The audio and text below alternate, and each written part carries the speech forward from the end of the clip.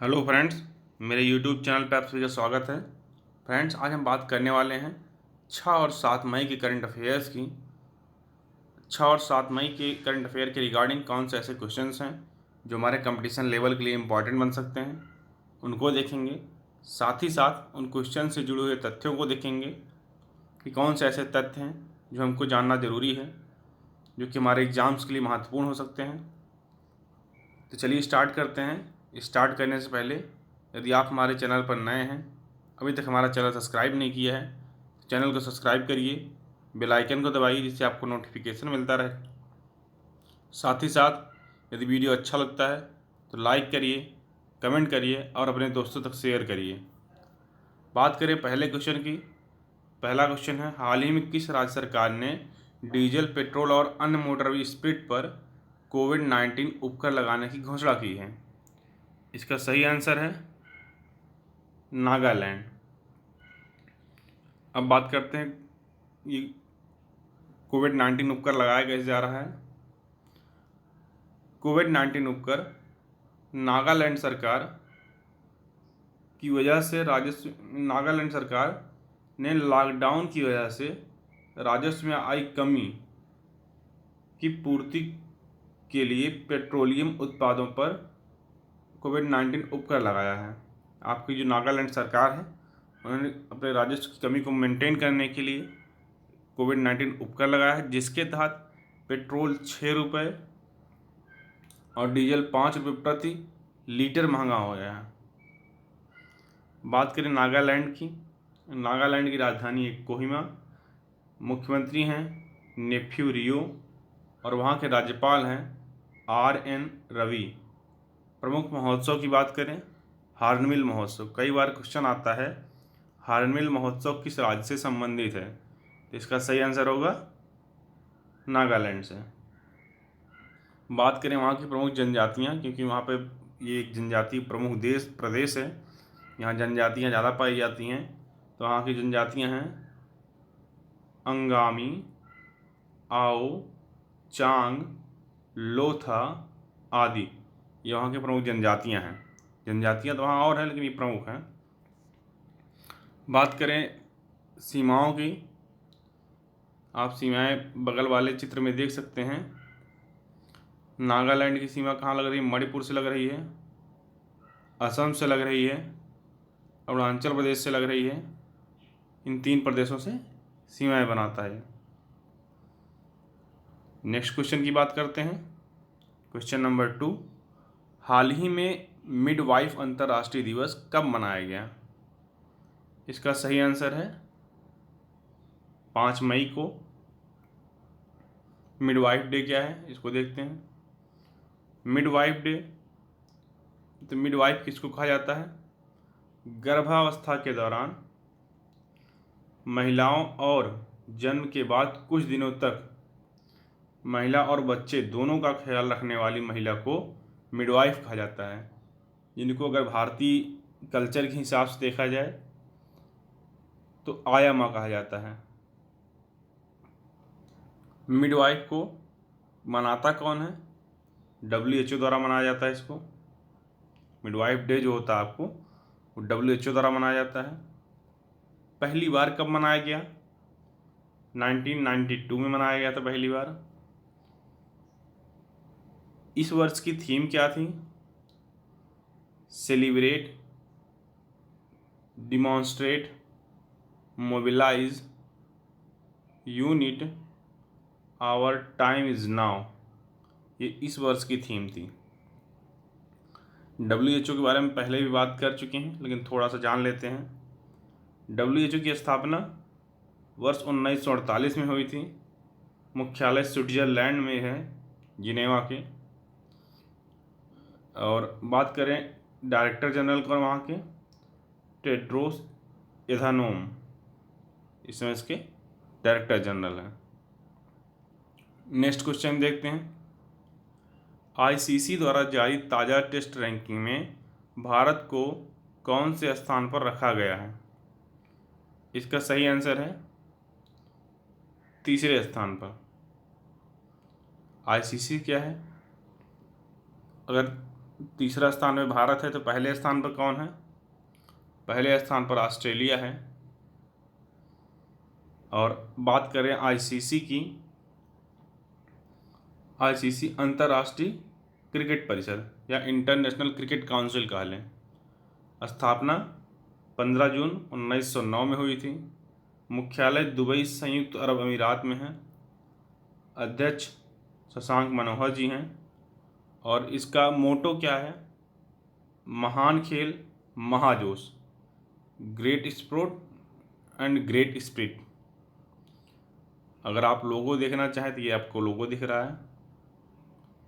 Next question की बात करते हैं। हाल ही में किस राज्य सरकार ने मुख्यमंत्री शहरी रोजगार गारंटी योजना लॉन्च की है? इसका सही आंसर है हिमाचल प्रदेश सरकार ने। अब ये मुख्यमंत्री शहरी रोजगार गारंटी योजना क्या है?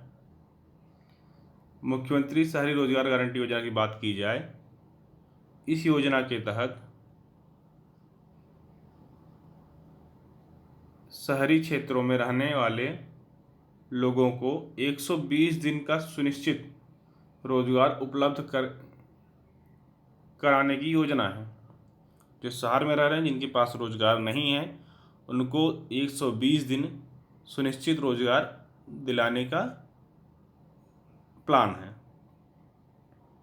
इस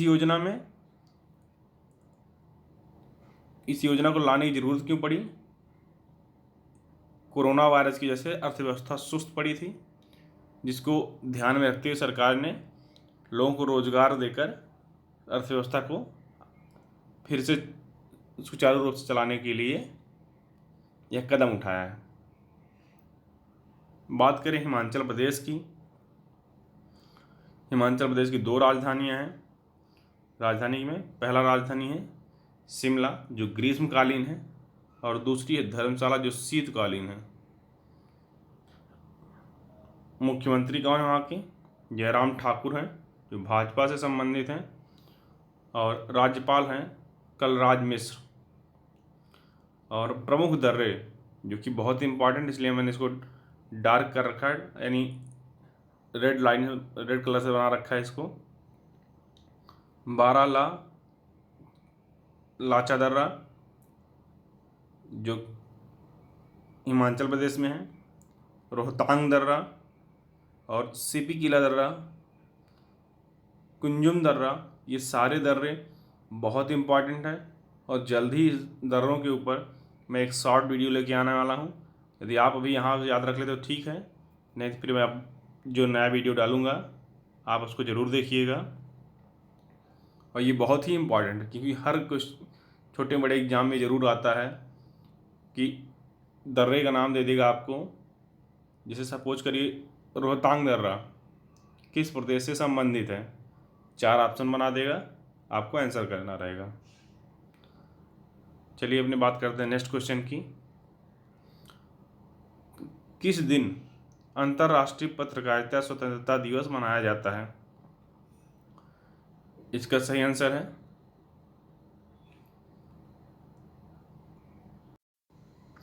3 मई को।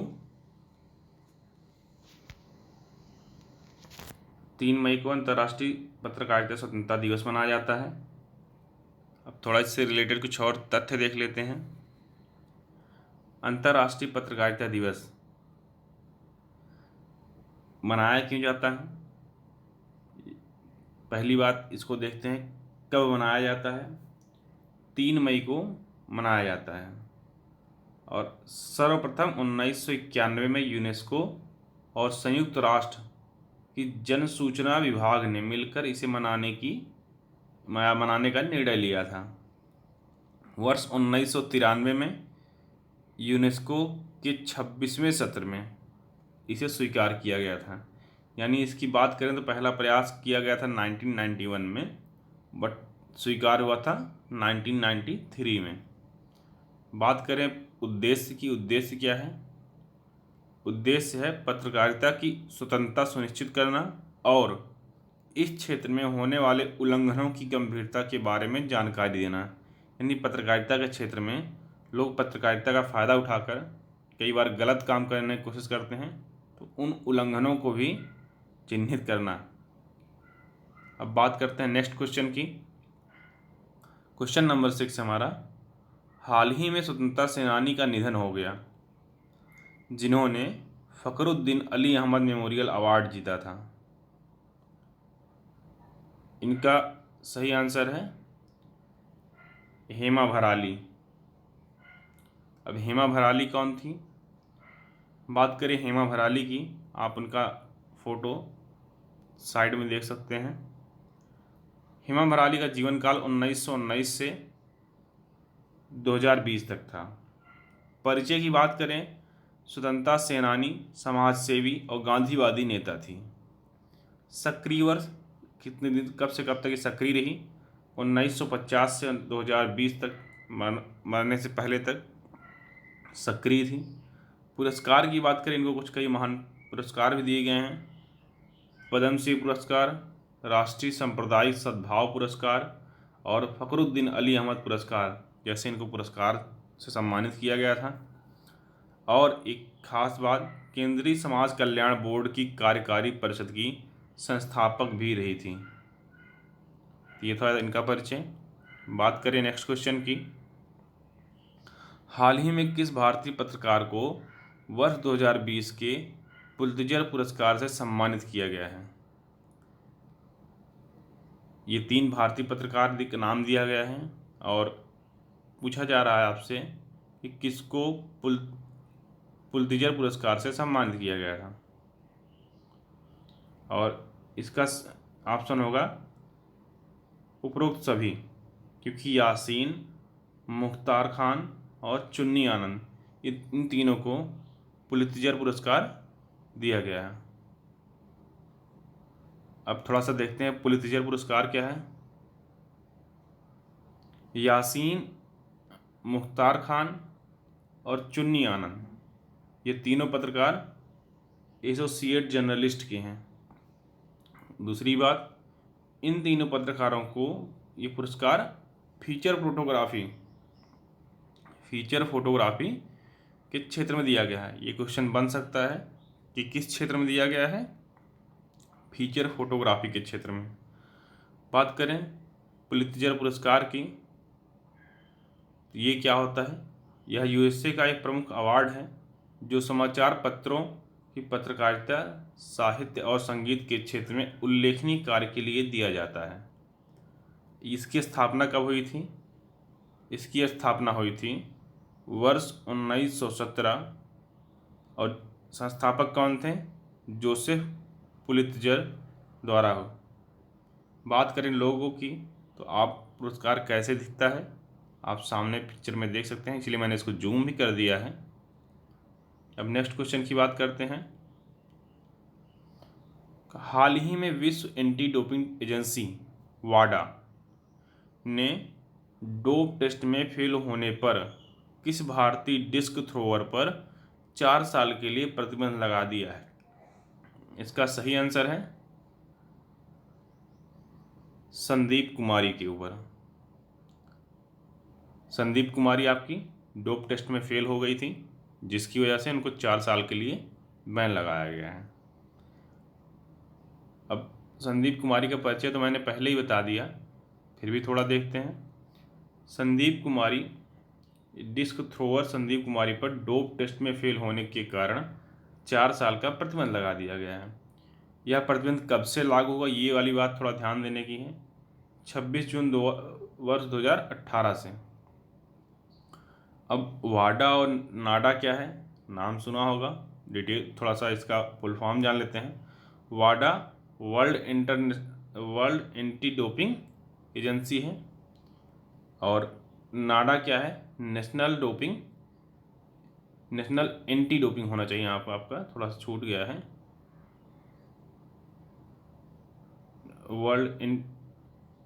वहाँ पे वर्ल्ड एंटी डोपिंग एजेंसी है और नाडा में नेशनल एंटी डोपिंग एजेंसी है। ये थे इसके दोनों के फुल फॉर्म। अब चलते हैं क्वेश्चन नंबर 9 पे। हाल ही में अंतर्राष्ट्रीय कॉमर्स मार्केट भारत मार्केट शुरू किया है? किसने शुरू किया है? इसका सही आंसर है CAIT। अब CAIT क्या है इसको देखते हैं। भारत ई मार्केट जो पोर्टल लॉन्च किया है उसका नाम है भारत ई मार्केट। अब ये भारत ई मार्केट क्या है? यह देश के खुदरा कारोबारियों के संगठन confederation of all India traders, अभी जो CAIT जो ऑप्शन में था, का ई कॉमर्स प्लेटफॉर्म है।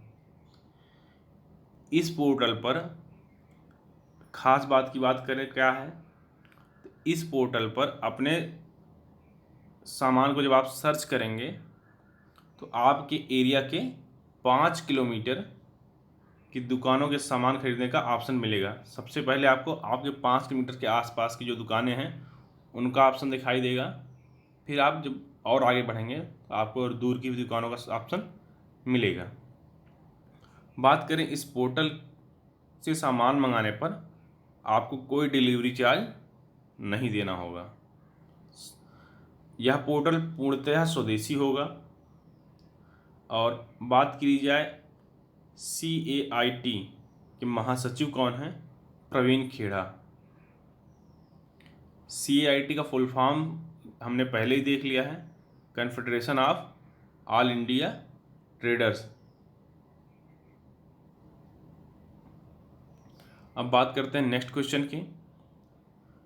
हाल ही में किस संस्थान ने कोविड-19 के मद्देनज़र किसान सभा नामक ऐप लॉन्च किया है? इसका सही आंसर है केंद्रीय सड़क अनुसंधान संस्थान ने, जो CSIR और CRRI है। अब CSIR और CRRI के फुल फॉर्म में से आपने देखा CRRI के फुल फॉर्म। अब आगे बात करते हैं क्या है इनसे डिटेल। बात करें किसान सभा ऐप की। लॉकडाउन के दौरान दूर दराज के इलाकों में आपूर्ति श्रृंखला और माल परिवहन प्रबंधन प्रणाली से किसानों को जोड़ने के लिए यह ऐप लॉन्च किया गया है। अब बात करें केंद्रीय सड़क अनुसंधान संस्थान CRRI, या इसे इंग्लिश में बात करें फुल फॉर्म की तो सेंट्रल रोड रिसर्च इंस्टीट्यूट। गठन कब हुआ था? वर्ष 1950 में। मुख्यालय नई दिल्ली में है। ये CSIR के अंतर्गत आता है। केंद्रीय सड़क अनुसंधान संस्थान CSIR के अंतर्गत आकर अपना काम करता है। अब CSIR क्या है? Council of scientific and industrial research, CSIR का फुल फॉर्म होता है। CSIR का गठन कब हुआ? वर्ष 1942 में। मुख्यालय नई दिल्ली में है। महानिदेशक शेखर C मांडे हैं। तो फ्रेंड्स, आज के लिए इतना ही। वीडियो अच्छा लगा हो तो लाइक करिए, कमेंट करिए, अपने दोस्त तक शेयर करिए, और यदि आप भी चैनल पर सब्सक्राइब नहीं किया है आपने, चैनल को सब्सक्राइब करिए। और आप सभी का वीडियो देखने के लिए धन्यवाद।